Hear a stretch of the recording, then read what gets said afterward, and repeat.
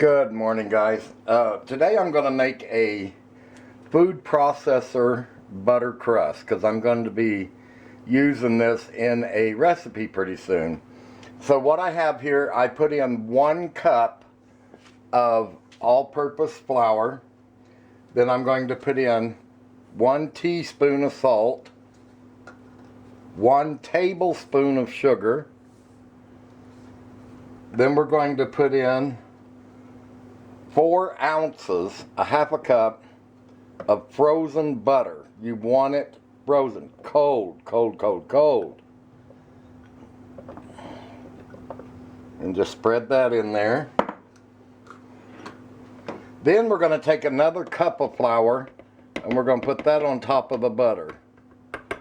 So that's going to be 2 cups of flour.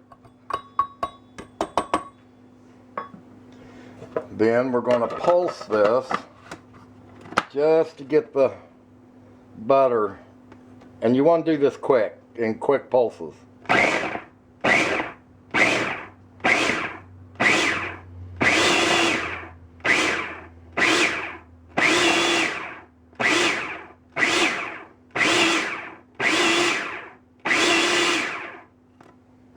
Alright, so now it should look like this. It should look like kind of coarse, very fine cornmeal. Alright, now we're going to add 6 tablespoons of ice cold water.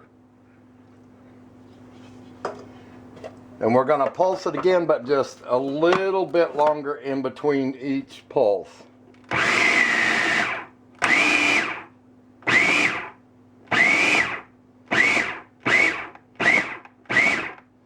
Alright, then open it and take your spatula and go in and make sure that you're getting it all on the side so you don't have any dry stuff in there, like right along your blade and all of that, and then pulse it a couple of times again.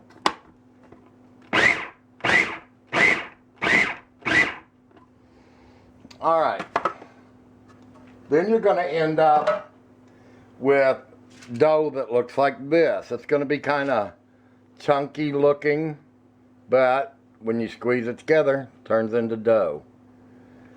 So now we're going to take this and we're going to pour it.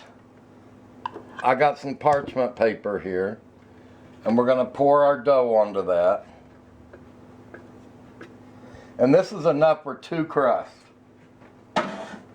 which I think 1 is all I'm going to be using, but I'll use the other one for something else. That's for sure. Alright. Now just bring all your dough into a ball. Just press it all together.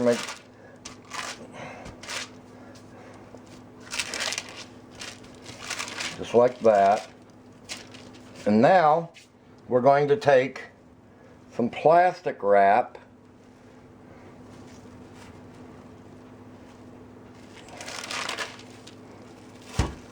and we're going to cover this completely, and we're going to put this in the refrigerator. And it's best to leave it overnight, but about 6 to 8 hours is good enough. But I'm going to be using this in the future, so I'm going to leave this overnight.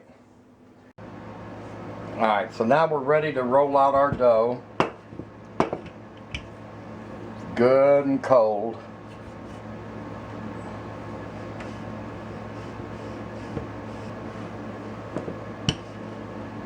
By the way, guys, I'm using a 9-inch pie pan. Alright, so let's let this rest for just a moment and let all the stretching and pulling it's going to do to get done. We're going to leave it for about 1 minute. Then we're going to roll our pie crust up on the, put it on our pan.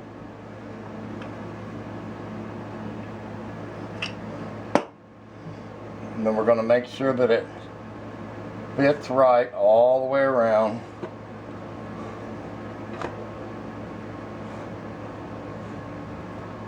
And I'm going to cut this a little extra long side. Then we want to take and fold the edges of our pie crust under to make it stand up a little more.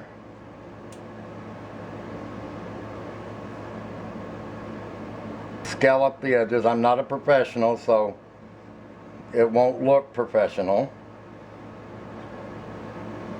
I think it's fine. Now I need to get another piece of parchment paper. Bind this with parchment paper. Just be as gentle as you can. You don't. I mean, if it's not a pie that you're selling or taken to some auction or something, you don't have to worry a whole lot about it. And I'm going to be using rice as a weight. I'm going to put this in a 425-degree oven for a little bit until the edges turn a little brown and the sides are set to where I can take it off and finish cooking it without it bubbling up. So into the oven it goes. Okay, so we baked our shell for 15 minutes and now we're going to remove or try to remove all this rice. I don't want to get rice all in that shell. There we go.